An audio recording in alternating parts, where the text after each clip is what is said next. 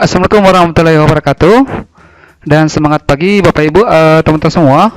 Jumpa lagi dengan saya Amar Hasan di channel ini. Ya, jadi pada kesempatan kali ini kembali saya melanjutkan pembahasan tentang soal-soal P3K untuk formasi dosen yang sebentar lagi akan dilaksanakan ya. Jadi ini merupakan kelanjutan dari video sebelumnya, di mana kali ini kita akan melanjutkan pembahasan materi tentang etika dan tridharma perguruan tinggi. Ini merupakan soal yang ke-33 dan sudah saya berikan di video sebelumnya dan saya melihat sudah ada yang mengerjakannya. Baik, kita langsung saja ya masuk ke pembahasan soal-soalnya.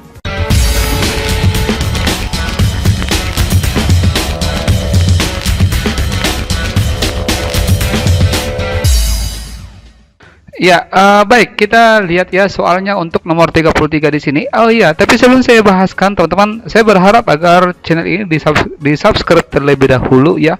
Caranya gampang sekali, tekan tombol subscribe yang ada di bawah video ini, serta agar video ini diberikan tanda jempol suka sebagai bentuk dukungan terhadap channel ini.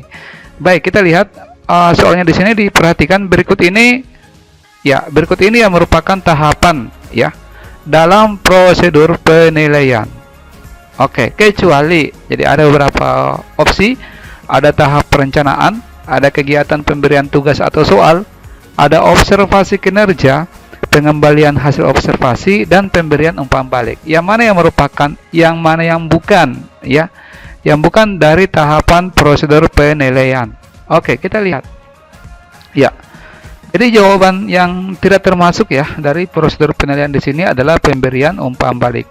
Tahapan prosedur penilaian di sini itu mencakup tahap perencanaan ya.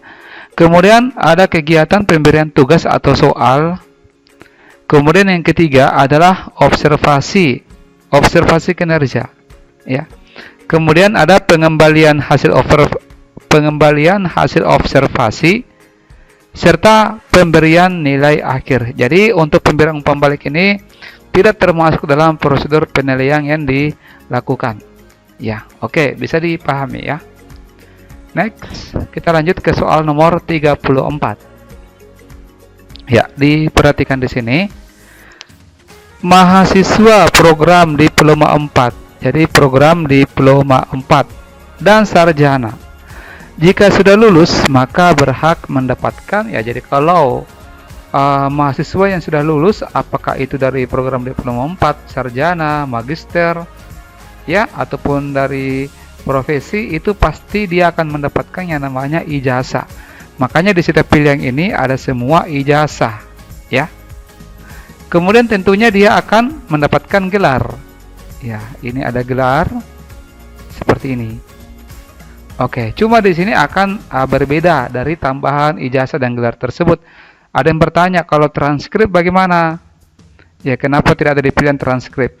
Ya, kita berpikir asumsinya di sini bahwa ijazah itu, transkrip itu sudah include di ijazah. Biasanya kalau ada di lembaran belakangnya. Cuma sebagian besar atau mungkin hampir semuanya di sekarang ini sistem pemberiannya itu terpisah. Jadi lain lembaran ijazah, lain juga lembarannya untuk transkrip. Ya. Nah, apa jawabannya di sini kakak-kakak semua? Itu jawabannya di sini adalah B, yaitu surat keterangan pendamping ijazah. Ya, atau yang biasa disingkat dengan SKPI. Nah, kita jelaskan dulu ya. Jadi mahasiswa yang sudah lulus itu berhak ada ijazah. Ini ijazah bagi lulusan program diploma, program sarjana, program magister, magister terapan, doktor maupun doktor terapan. Ya. Kemudian mahasiswa yang sudah lulus juga berhak mendapatkan sertifikat profesi jika itu merupakan lulusan dari program profesi itu. Kemudian akan mendapatkan sertifikat kompetensi. Ini bagi lulusan program pendidikan sesuai dengan keahlian dalam cabang ilmunya dan atau memiliki prestasi di luar program studinya. Ya, serta mendapatkan gelar dan surat keterangan pendamping ijazah kecuali ditentukan oleh peraturan perundang-undangan. Mungkin kita mengatakan bahwa itu SKL, tapi mungkin bukan ya, SKL surat keterangan lulus.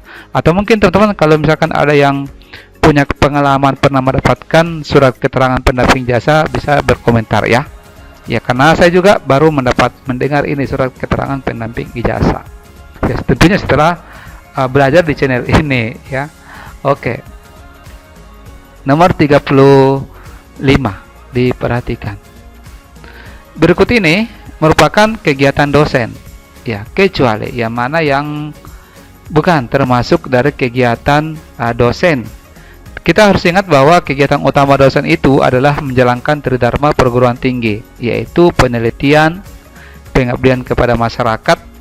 Ya, tinggal mungkin di sini ABC, Bapak Ibu agak bingung menentukan.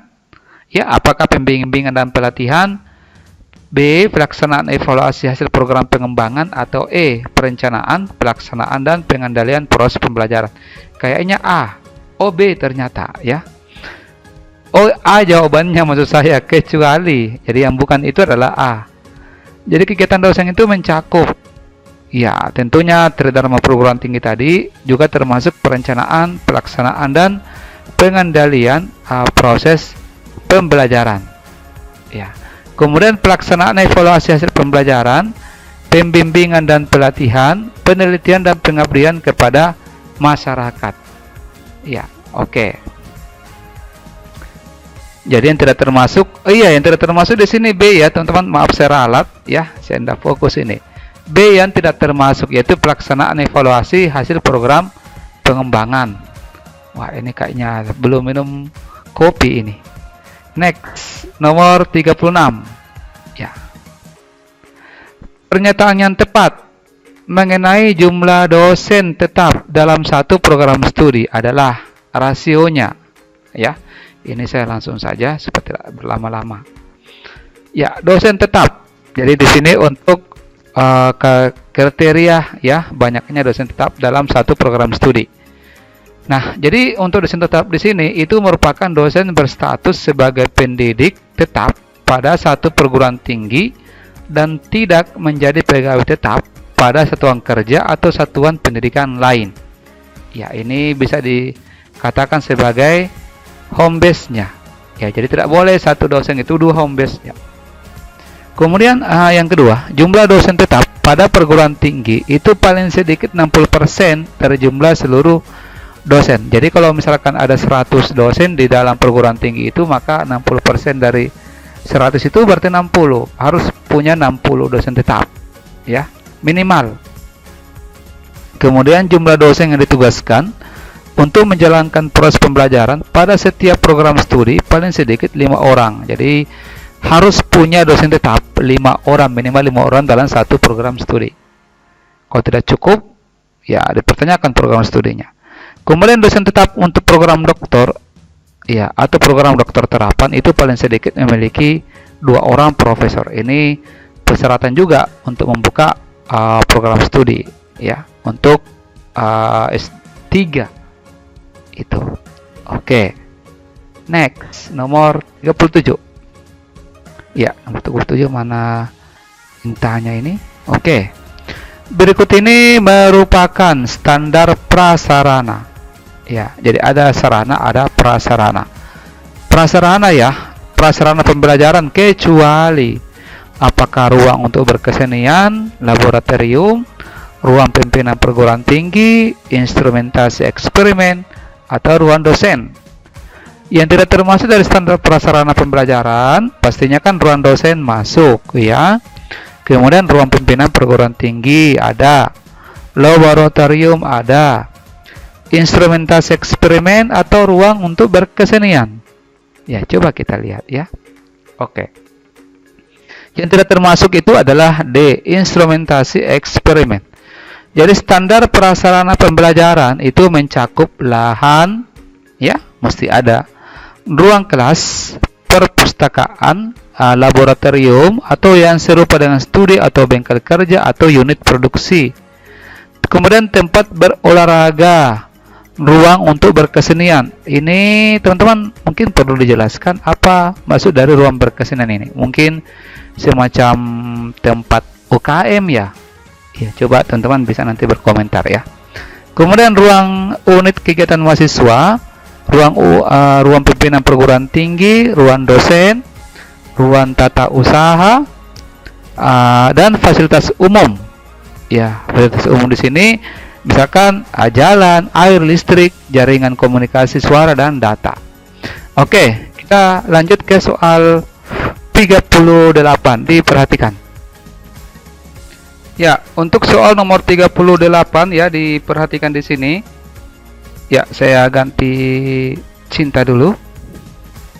Oke. Di sini ditanyakan kewajiban unit pengelola program studi atau UPS ini ya dalam hal pengelolaan pembelajaran kecuali. Ini saya langsung jelaskan saja ya. Saya perlihatkan di sini. Ini yang tidak termasuk adalah C, yaitu menyelenggarakan pembelajaran sesuai dengan jenis dan program pendidikan yang selaras dengan capaian pembelajaran lulusan. Ya, jadi ada beberapa kewajiban dari unit UPS ya. Unit pengelola program studi dalam hal pengelolaan pembelajaran. Yang pertama di sini melakukan penyusunan kurikulum dan rencana pembelajaran dalam setiap mata kuliah. Yang kedua, menyelenggarakan program pembelajaran sesuai dengan standar isi, standar proses, standar penilaian yang telah ditetapkan dalam rangka mencapai CP lulusan. Ya, jadi termasuk ya. Kemudian melakukan kegiatan sistemik yang menciptakan suasana akademik dan budaya mutu yang baik. Nah, ini deh. Kemudian melakukan kegiatan pemantauan dan evaluasi secara periodik dalam rangka menjaga dan meningkatkan mutu proses pembelajaran. Nah, kemudian melaporkan hasil program pembelajaran secara periodik sebagai sumber data dan informasi dalam pengambilan keputusan perbaikan dan pengembangan mutu pembelajaran. Ya. Oke, yang ini termasuk B juga. Oke, next nomor 39. Ya, seperti biasa untuk nomor 39 saya berikan kepada Bapak Ibu teman-teman semua untuk mengerjakan terlebih dahulu. Nanti boleh jawabannya dikirimkan di kolom komentar yang ada di bawah video ini. Nanti kami tunggu jawabannya, dan kalau misalkan mau simak pembahasan, nanti kita lihat ya di pembahasan video selanjutnya. Baik, saya kira sampai di sini untuk sementara waktu ya. Nantikan pembahasan soal-soal seperti ini di konten selanjutnya. Baik, terima kasih atas perhatiannya. Wassalamualaikum warahmatullahi wabarakatuh, dan semangat pagi.